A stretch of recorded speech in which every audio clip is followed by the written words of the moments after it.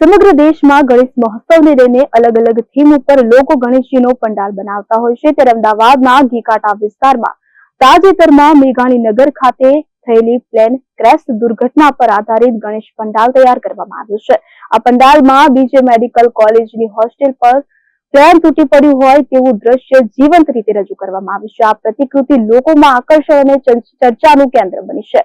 આ પ્રયાસ દ્વારા મંદિરના સભ્યોએ મૃતકોને શ્રદ્ધાંજલિ અર્પણ કરી છે, પરંતુ આ થીમ પર લોકોના અલગ અલગ મંતવ્યો પણ જોવા મળી રહ્યા છે। કેટલાક લોકો તેને સંવેદનશીલ પ્રયાસ માને છે। આ સ્થાપનાનો હેતુ માત્ર મૃતકોની આત્માને શાંતિ મળે અને લોકો આ ઘટનામાંથી કંઈક શીખે તેટલો જ છે। જણાવી દે કે એર ઇન્ડિયાના પ્લેન ક્રેશની ગોઝારી ઘટનાને 2 મહિનાથી પણ વધુ સમય વીતી ગયો છે, પરંતુ આ દુર્ઘટનાનો ભય લોકોના મનમાં હજુ પણ જીવંત છે।